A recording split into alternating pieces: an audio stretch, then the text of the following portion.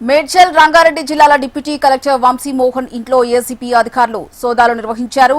ఆదాయానికి మించిన ఆస్తులు కలిగి ఉన్నారన్న సమాచారంతో తెల్లవారుజాము నుంచే ఏకకాలంలో 8 ప్రాంతాల్లో తనిఖీలు చేపట్టారు. అబ్దుల్లాపూర్ మెట్, పిగ్లీపురం పరిధిలో సుమారు 8 ఎకరాల ప్రభుత్వ భూమిని అక్రమంగా కాజేసినట్టు ఏసీబీ ప్రాథమికంగా గుర్తించింది. ఆ భూమిని బంధువుల పేర్లపై రిజిస్ట్రేషన్ చేసి అనంతరం రియల్టర్లకు బదిలీ చేసినట్టుగా తెలుస్తోంది. ప్రతిఫలంగా 10 ప్లాట్ల గిఫ్ట్ డిడ్ రూపంలో పొందినట్టు అధికారులు అనుమానిస్తున్నారు.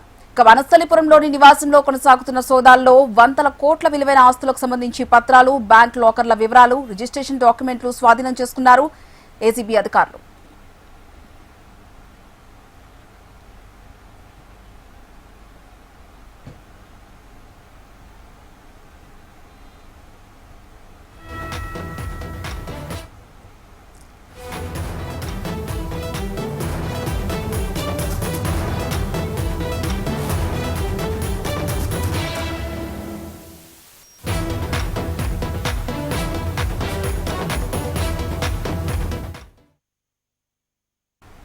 మెదక్ జిల్లా నర్సాపూర్లోని విద్యుత్ శాఖ ఏటీఏ కార్యాలయంలో ఏసీబీ అధికారులు సోదాలు నిర్వహించారు. లంచం తీసుకుంటుండగా ఏడీఈని రెడ్ హ్యాండెడ్ గా పట్టుకున్నారు.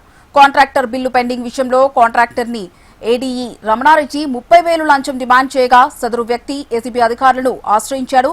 కాంట్రాక్టర్ ఏడీఏ రమణారెడ్డికి 25,000 రూపాయలు ఇస్తుండగా ఏసీబీ అధికారులు రెడ్ హ్యాండెడ్ గా పట్టుకున్నారు. రమణారెడ్డిపై కేసు నమోదు చేసి దర్యాప్తు చేపట్టారు.